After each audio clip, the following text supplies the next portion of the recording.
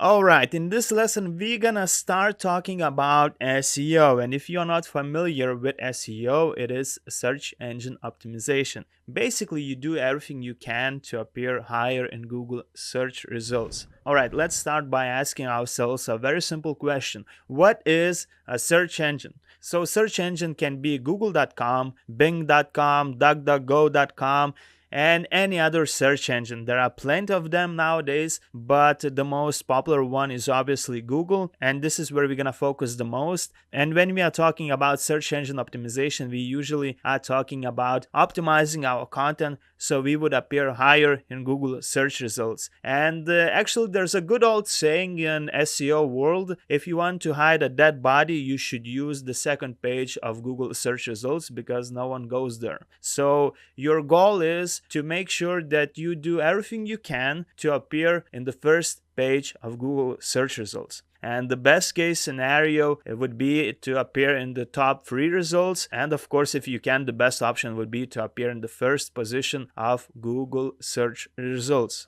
So how do we optimize our website? So mainly we have two ways to optimize our website. We have on-page SEO and we have off-page SEO.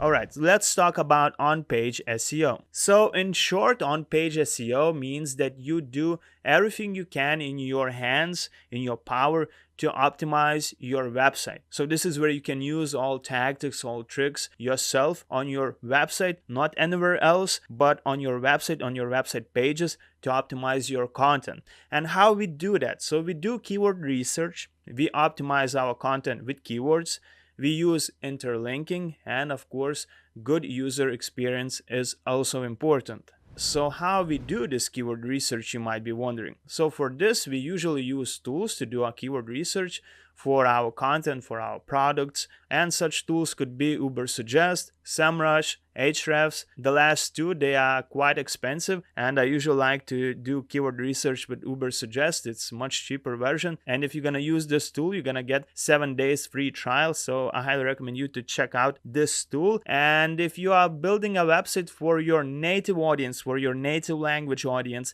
Ubersuggest also has an option to choose various different countries and various different languages, so that's very convenient.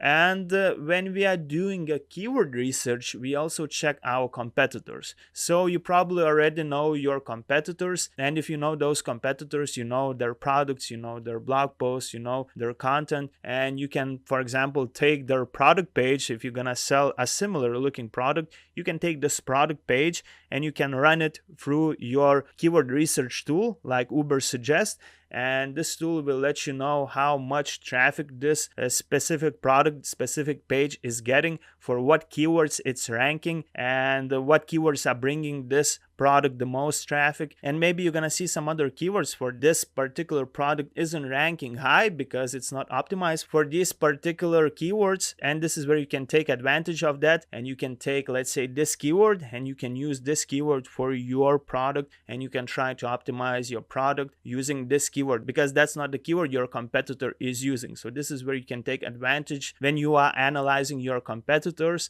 And of course, when you are analyzing your competitors, you're gonna get some keyword suggestions. Alright, so now you know how that works, what we use, but you might be wondering, what is a keyword? So basically, keyword is just a phrase or phrases people use to look for information, for news articles, for blog posts, for products, for images, or anything like that in Google. So let's say in my case, I have a keyword wooden train toy, and I did my keyword research and I found out that people are searching for this keyword. This keyword is getting quite a lot of monthly searches, and that means people are interested in this product, they are looking for it, and this is a popular keyword. When I'm working with products, I cannot just come up with random names for products, because it doesn't necessarily mean that people are looking for these products in these specific words. So that's exactly what keywords are. Keywords are just the phrases people type in Google search to look for information, for products, or anything else. So like I said, we look for popular keywords that people actually use to find information, to find products. But when we have a fresh website, our goal is to find not so competitive keywords. So basically that means not a lot of websites are optimizing their content, their products using those keywords because they are less popular, but they are still quite popular because people still use to look for information, and that's why we aim at those keywords that are less competitive. That means there are less websites that are optimizing their content using those keywords, and just because it's less competitive, we have higher chances to appear in higher position of Google search results. When we're gonna do a keyword research, you're gonna see it yourself. I'm gonna do this in later lesson, but right now my goal is to give you a better understanding what are keywords, how they work, and basically you would have a solid foundation of SEO. All right, let's talk about short tail keywords. So keywords are usually in two types. There are short tail keywords and there are long tail keywords. Usually short tail keywords are up to 3 words, and usually they are very competitive. They are more difficult to rank. I'm gonna give you an example. Let's say I'm writing a blog post about Bengal cats. It's just 2 words, but this keyword is very popular. Around 200,000 people from US look for this keyword, look for this information, and obviously it's gonna be difficult to rank for this keyword. So you have to take this in consideration when you are publishing blog posts, when you're adding products or anything like that. So for example, when you're adding a product, you could name your product wooden train. In this case, it's a short keyword, but it's gonna be way more competitive because it's a short tail keyword and more people look for this type of keyword. If you would use wooden train toy, it's gonna be a bit less competitive, of course, but it's gonna have less monthly searches. If you're gonna use a longer keyword, that's gonna be a long tail keyword, and in this case could be wooden train toy set. So now we have 4 words in this keyword, and that's a long tail keyword. Of course, it's gonna be less competitive because less people are looking for this type of product, and it's gonna be a bit easier to rank in the first page of Google search, just because there are less websites that are targeting this keyword and there are less people who are looking for this keyword. And I kind of already talked about long tail keywords. So the long tail keywords usually have more than 3 words. They are less competitive, they're easier to rank. And I'm just gonna give you a good example. When I'm working with one of my projects that is focused on cats, I found out are quite easy to rank keywords, and they are long tail keywords. So here's one example: can cats eat oranges? It's a long keyword, it has a lot of words, but it has quite a lot of monthly searches, but not a lot of websites they use this keyword to rank for because it's not so popular, but that's something people want to know, and that's why this is a good keyword. So when you're gonna be doing keyword research, pay attention how competitive it is, how many monthly searches it gets, and maybe you're gonna find some other variations for this keyword that's gonna be less competitive, but maybe it's gonna have almost the same amount of monthly searches. So that's why it is important, and we're gonna dive into this a bit deeper when we're gonna do the keyword research.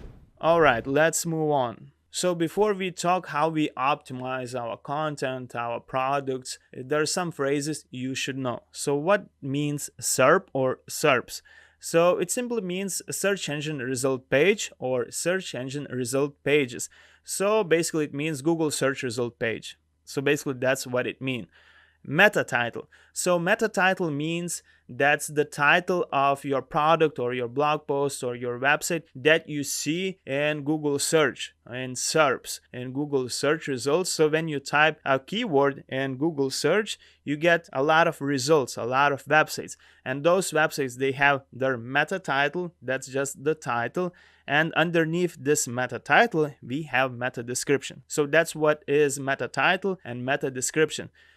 Image title. So that's kind of self-explanatory. When you add images to your products, to your blog posts, you add titles. And when you add those images, you're gonna also have an opportunity to add alt text to these images. And you have to use those 2 fields, image title and alt text, to add your keywords. And once we're gonna do this in practice, you will see how it works. And now we can move on to the next slide. So how we optimize our content, our blog posts, our products, our categories with keywords. So first of all, once we find our main keyword that we want to use, we include this main keyword in meta title. Once we do this, we include this keyword in our meta description. When we're gonna install an SEO plugin, you will see it yourself that you will be able to add those meta title and meta description, and you will see how it works. But when you are adding meta description to your SEO tool, and I will show you how that works, it doesn't necessarily mean that Google pick up on this meta title description that you added to your SEO tool. That's why when you are writing descriptions for your products or when you are adding blog posts, the best case scenario is to include your main keyword, the focus keyword that you just did research on, in the first sentence of your product description, because that's how Google gonna pick up on your description. And once someone's gonna look for a specific product that you optimize with that phrase, with that keyword for which people are searching, then Google will show this keyword in meta description. Just remember, when you are writing your product descriptions, don't forget to include your focus keyword, your main keyword, in the first sentence of your product description. That's the most important thing when you are writing descriptions for your products. And when you are writing your blog post, you should include your focus keyword, your main keyword, in the best case scenario in the first two sentences. So in the first or the second sentence, just depends how it's gonna work for you. And of course, we include our main keyword in the text of our content, so of our blog posts, of our products. So when we are writing descriptions for our products, we usually include the main keyword 2 or 3 times in the description. And the recommended amount of words when you're writing your description is 200 words. So if you wrote description of 200 words, maybe you will want to include your main keyword 2 times in your product description. So the first time when you're gonna include your main keyword in the description is gonna be the first sentence. That's gonna be automatically included in your meta description. So it's gonna be 1 time. And the second time, try to include somewhere in the middle of description, or if you are writing a longer descriptions, maybe you're gonna want to include this keyword 3 times. But don't overstuff your descriptions with too many keywords. You don't want to make your description sound like a nonsense. You want to make it sound naturally. And when you're writing your blog post, you want to include your main keyword in your blog post 3-5 times or even more. It depends on how many words you are writing. Let's say you are writing a blog post of 600 words. So 6 times to include your main keyword in the text is completely fine. Your keyword density should be around 1%. And SEO tools, they usually help you to deal with that. When you are writing blog posts, let's say you're gonna have an opportunity to add your focus keyword in the blog post in the SEO tool, and this tool will calculate how many times you have included this keyword, and it's gonna give you a green check mark or the yellow or the red mark saying that you should include your main keyword a bit more. But it doesn't necessarily mean that it's gonna be a huge problem if you're not gonna include your keyword enough times. You just have to remember that you have to include your main keyword at least a couple of times when you're writing your product description, and when you are writing blog posts, your main keyword should be around 1% of word density. And also, when we are optimizing our content with keywords, we include our main keyword in the title of images and in the alt text. So let's say I have a product, wooden train toy. So when I'm adding this product in the featured image of this product, I'm going to include the main keyword in the title of my image. And of course, I'm going to include in the alt text of this image. It's very important because when you're adding products, it doesn't necessarily mean that people going to use just Google search to look for products. Maybe they're going to use image search as well. And if you're going to include your main keyword in your images, you're going to have a higher chance to rank higher, not just in search results, but in images as well. So that's very important. And when you're adding some more images, you can include other variations of this keyword. Of course, you can include the same keyword as well in the alt text of other images, but I usually like to include other variations, and it just gives me more opportunities to show up in images. So for example, I could include in some other images wooden train toy set, wooden train, or something like that. And of course, when you're adding blog posts, you're gonna include some images. And in those images, you can include your main keyword. If it's for you difficult to include your main keyword in the text 5 times, you can include your main keyword in the alt text of these images. that you add to your blog post. That's just an old trick in SEO world, where you can include your main keyword in all text of images that you add to your blog post. Any images, not just the featured image that you're gonna add for your blog post, but all other images as well. And you can also include other variations of this keyword. And when I'm gonna show you how to add blog posts, you will see it yourself how you can add images and how you can add alt text to these images as well. Let's move on. So how we use interlinking. So what is interlinking? When we are working with products, we don't really need to focus on that much, because interlinking it's already done for us, especially if you have a good theme like Flatsum. It also works with Astra theme. And if you would go to your product page, this is the same example. As you can see, this product has various other links in that product. It has the category link right here. So this product is already interlinked with our category wooden toys. It also has some tag that are also linked together with this product page. And it also has some related products. So basically in this product page, we're gonna have some other products added. So those are the products that are displayed right here as related products. We have our category, that's very important. And basically with products, pretty much that's it. We don't need to focus on that. So basically interlinking means that from your product page or any other page, from your blog posts or anything else, you are linking to other pages of your website. You are using links to link to other pages of your website. Also, I'm gonna show you an example how it would look in blog posts. Alright, so this is one of my websites, and I have a blog post about the friendliest cat breeds. You have probably seen something similar in other websites, and the news websites, they tend to do this quite a lot. And if I would scroll down, as you can see, we have a paragraph about Persian cats. So right here I have a link that is highlighted and it says Persian cats. If I would click on this link, I would go to another blog post that is on my website. So as you can see, it's Persian cats. So this is Persian cats, the keyword I'm trying to rank for. If I would go back, as you can see, I use the same keyword right here to link to my blog post. If I would scroll down, I have Maine Coon. So Maine Coon is another interlink that I'm linking to other page. So I'm gonna click on this interlink and I go to Maine Coon, as you can see, and I go to a Maine Coon blog post. So that's how it looks, that's how it works. You have probably seen this on other websites as well. So I'm just gonna go back to our slides.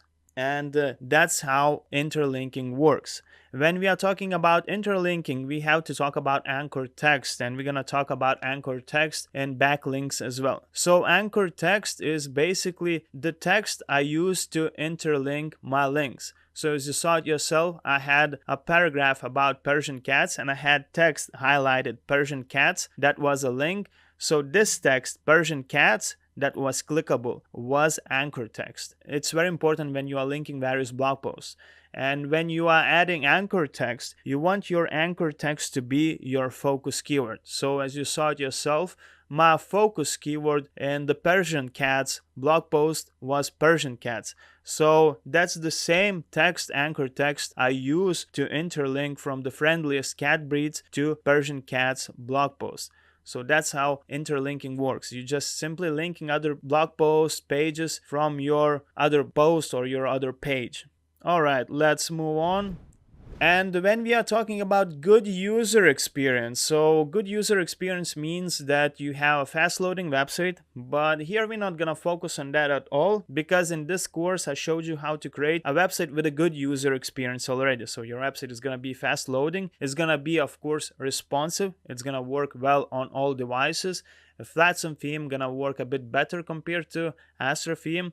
Of course, your website gonna be professional looking. That's of course very important as well, because if you're gonna have not professional looking website, there's a huge chance that if a person gonna find your website, he's gonna open your website and it's gonna look awful. He's gonna leave your website, and that means you have a bounce rate. So if you're gonna have a lot of people just clicking on your website and leaving right away, that's a high bounce rate. Google doesn't like that. And you can expect to rank lower in Google search results if you have a high bounce rate. And usually high bounce rate happens because your website isn't optimized well, it's not well structured, it's not professional looking, it's difficult to find information, and that's what gives you a high bounce rate. So you want to avoid that by offering good user experience. Alright, so let's summarize the phrases that you have to remember. On-page SEO. So on-page SEO is when we do everything that is in our hands that we can take care of to optimize our website. So this is what we can do on our website, on our pages. Keywords. So keywords are basically the phrases people use to look for information in Google. Like I told you before, there are short tail keywords. So let's say Maine Coon cat is a short tail keyword, and we have long tail keywords like can cats eat apples or something like that. That's a long tail keyword. Keyword optimization. So this is where we take this keyword that we did research on and we use to optimize our products, we use to optimize our blog posts, categories, or anything like that. Keyword density. So keyword density means how many times you included your main keyword, your key phrase in the text of your page, of your blog post, of your product, of category, or anything else like that. Meta title. Meta title is the title that you see in Google search results of a website. So that's meta title. This is where you want to include your keyword as well. Meta description. This is the description you see in Google search results of a certain result. So we have meta title and meta description. So this is where you want to include your keywords. Alt text. Alt text is alternative text that you add to images. Usually this text is used when images fail to load, but it happens very rarely, and in SEO world people just take advantage of that to include keywords to alt text of images. SERP or SERPs, search engine result pages, and this is where you're gonna see all the results that Google shows you. Interlinking. So you do interlinking to link from one page of your website to another page of your website. So from one blog post, you bring people to another blog post, maybe from one blog post to product category, maybe to products, and so on. Anchor text. So anchor text is the text you use to add a link to in a blog post. All right, let's move on. So we're going to talk about off-page SEO. Previously, we talked on-page SEO. That was everything in our hands that we can do to optimize our website to rank higher in Google search results. And when we are talking about off-page SEO, this is that something is not in our hands. This is when we trust other websites. So this is where we get juices from other websites instead of our website. This is where we rely on other websites to link to our website. So in this section, we're going to talk about backlinks. So backlinks are basically when other websites, let's say from their blog posts, they link to your website using anchor text. You have probably seen this in other websites when you are reading news or something like that. You click on the link in the text and you go to other website. That's a backlink. We have do follow backlinks. We have no follow backlinks. Do follow backlinks are very powerful. No follow backlinks are not so powerful. And once again, because those things are not in your power, you cannot select if you want to have do follow backlinks, no follow backlinks. But of course, if you are working with other websites, you can actually select. But when you are adding your links to other websites, let's say to Pinterest, you can add your website's link in a Pinterest profile. It's going to be no follow backlink because it's just not in your power to select if you want to have do follow backlink or no follow backlink. We're going to talk about guest posts. So what are those things? We're going to talk about niche edits, how they work, and pretty much it's all about backlinks. All right, let's move on. So let's talk about backlinks. So a backlink is when a website links to your website. So let's say when you are reading a blog post, you see there's a link, you click on that link and you go to a website. In this case, it could be your website. Here's an example. So here I am back to one of my websites, and as you can see, if I would scroll down, I have some links right here. So this is the link, and if I would click on this link, as you can see, I go to a completely other website. So this is a completely other website, and just like that, this website got a backlink from my website. If I'm gonna click right here, as you can see, I go to my website. So this is inner link. It's not a backlink. So you saw the difference. One was backlink, one was the inner link. All right, let's go back.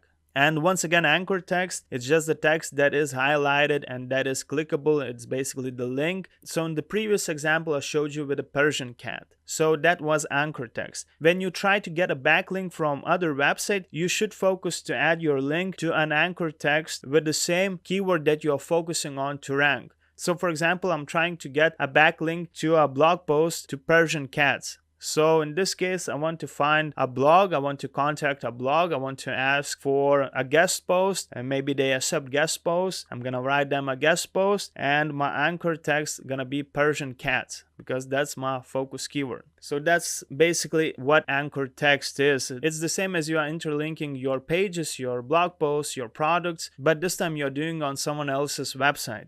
Profile links. So usually this is where you can get yourself some free backlinks to your website. So for example, if you're going to create a Pinterest profile, you can add your website to this Pinterest profile. And this is going to be no follow backlink. Usually those are no follow. They give you some juice, they give you some variety of backlinks, but these are not as powerful as do follow backlinks. There are plenty of various profile websites where you can create profiles and where you can add your websites, and just like that you can build some backlinks. If you would look up on Google profile links or something like that, there are plenty of various lists that you can use, and you can try to add your website, your homepage, and this way you can try to get some free backlinks. Usually backlinks are built using guest posts or niche edits. So those are do follow, and usually those things cost money. They can cost from a couple of dollars to thousands of dollars. It depends a lot on the type of website you are publishing your guest posts. And you probably have seen something on the news websites. Let's say when the news website is talking about some type of startup, and there's a huge portion of text talking about the startup, how amazing it is, and suddenly you see there's a link with the title of the startup. It's a clickable link, and you go to that website. That means it's a backlink. Usually those things are paid. Usually if you want to get backlink using guest posts, you should contact website administrators who are running those websites, and you can ask if they accept guest posts. You can ask if those guest posts are paid, and this way you can write a guest post on the website, and this way you can include a link in this guest post that brings the visitors to your website. That's how the guest posts work. Niche edits. Niche edits are when, let's say, you find a blog and you contact administrator because you found some interesting article, and in this article you found that, let's say this article is talking about the Montessori teaching. In my case, as you saw yourself, I'm building a toys online store. So I have category Montessori toys. So let's say maybe you found a blog where this blog has blog post about Montessori teachings, and there's a paragraph that is talking about Montessori toys. You found in that text a phrase that you can use as an anchor text, Montessori toys, and then you contact the administrator of this blog post and you ask, do you do niche edits? I would love to include my Montessori toys category in your blog post as an anchor text, Montessori toys, in that specific blog post. Usually those things cost money. It can cost from $5 to hundreds of dollars. So it depends a lot on the websites you are reaching out to. So that's how guest posts work, niche edits work, and this is how you build backlinks. And that's why it's called off-page SEO, because those things are not completely in your power and you have to rely on other websites. You have to contact them. You have to ask if they accept guest posts. And in this case, if they accept guest posts for free, you will need to write a blog post for free and publish on their website and include a backlink. They're gonna get a free blog post, you're gonna get a free backlink. So that's how it works. If you're gonna contact a bigger website, let's say a news website or something like that, usually they list the pricings in their partnerships page, and you will see yourself that those can cost from $10, $50, hundreds, thousands of dollars. So that's how backlinks work. You have to rely on other websites. And remember, if something's not clear for you, do not stress yourself too much. You can always join my group. You can ask questions and I help you out with any questions, with any issues. I can explain everything better. I can even help you with building backlinks. So do not hesitate to join my group. Alright, so let's talk some of the other important phrases. We already talked about backlinks, and I told you that the price depends on quite a lot of factors. So usually it depends on domain authority, DA, it's domain authority. You can have low or high domain authority. Usually it's up to 100, and usually various tools like Ubersuggest, SEMrush, Ahrefs, they have different types of calculating your domain authority, but usually domain authority is calculated by how many backlinks you have, how many strong backlinks you have from high authority websites. Let's say maybe you have 2 backlinks from bbc.com, so that's a high authority website. Those high authority websites, they usually have a lot of traffic, they have a lot of backlinks, and if those websites are linking back to your website, this is how you can grow your own domain authority. So that's how it works. Page authority. Page authority is also important. Let's say you could have high domain authority, but you could have a lower page authority. You could have a lot of backlinks linking to your website itself, but you can have not so many backlinks linking to your specific page, to your specific product, to your specific blog post, and so on. So let's say if you have a lower domain authority, but you have high page authority, you have a lot of backlinks to your specific page, to your specific product page, to your specific blog post page, then you might have a high page authority, and then you will have a bit higher chances to rank higher in Google search results. High domain authority also is a factor when ranking in Google search results, because it just means that you are a trustworthy website and Google trusts you. So that's how domain authority and page authority works. You are basically using other websites to build your domain authority, to build your page authority by getting backlinks from those websites. That's just how it works. Alright, so what determines your ranking? So proper keyword research is very important. So this is the first thing when you do keyword research. When you are a fresh website, of course you're gonna have low domain authority because you don't have any websites linking back to your website. You're gonna have low domain authority. That's why you want to aim to a less competitive keywords. Maybe those keywords not gonna have a lot of monthly searches, but they're gonna be easier to rank in Google search result. So this is important, proper keyword research, and of course you have to optimize your content well. So if you're working with products, you want to include your main keyword in meta title, meta description, in the description of your product itself, in the titles of images, in all text of images. And this is how you do a good optimization of your product. When you're writing your blog post, you also want to include your main keyword in meta titles, meta descriptions. In the text of your blog post, you want to include some other variations of this keyword. And of course, you want to include your keyword in all text of images as well. So that's gonna be on-page SEO. And another important factor is gonna be backlinks. So how many websites you have linking to your website, to your specific product, to your specific blog post, and that's also very important. And you're gonna have high authority websites linking to your pages, you're gonna have your higher domain authority. So backlinks, how many backlinks are linking to your website, determines your domain authority as well. So domain authority is kind of together connected with backlinks. So that's how it works. And just don't overcomplicate yourself with all those things. You just have to remember that your first goal is to do a good keyword research, find the less competitive keyword, and you have to optimize your content. And in later stages, I'm going to show you how that's done. And once you get used to optimizing your content, your later stage could be building backlinks. But if you're gonna need any help, once again, don't hesitate to join my Facebook group. I'm here to help you. And basically pretty much that's it. That's all for SEO. That was an introduction into SEO, and now you should have a good foundation, a better understanding what is SEO.